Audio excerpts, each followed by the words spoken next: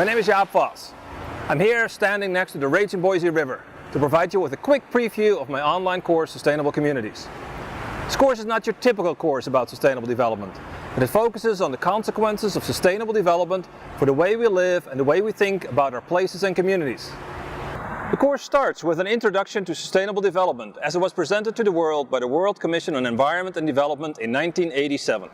In this section, we will discuss the infamous standard definition of sustainable development as development that meets the needs of the current generation without compromising the ability of future generations to meet their needs.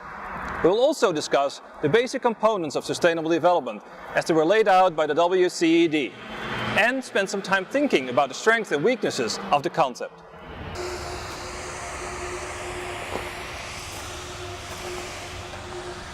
In the second part of the course, we'll take a step back in history and review some of the events and readings that informed our early thinking about sustainable development.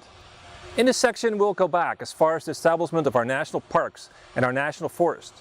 We'll talk about John Muir and Gifford Pinchot and the conflict about the provision of drinking water for San Francisco by the damming of the Hetchy Valley in Yosemite National Park. We'll cover Rachel Carson and her fight against the chemical industry, Garrett Hardin's strategy of the commons and limits to growth, Meadows' report for the Club of Rome. We will do all this by reading parts of the original publications, supplemented by old video footage and interviews. In the third section of the course, we will look at the current global interpretation of sustainable development.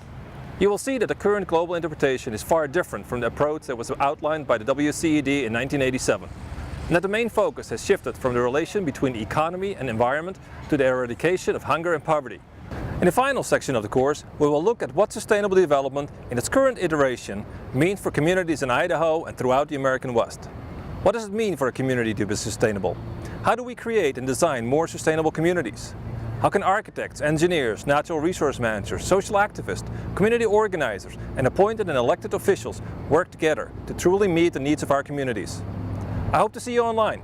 Feel free to contact me by email, phone, Zoom, or even in person if you have questions about the course.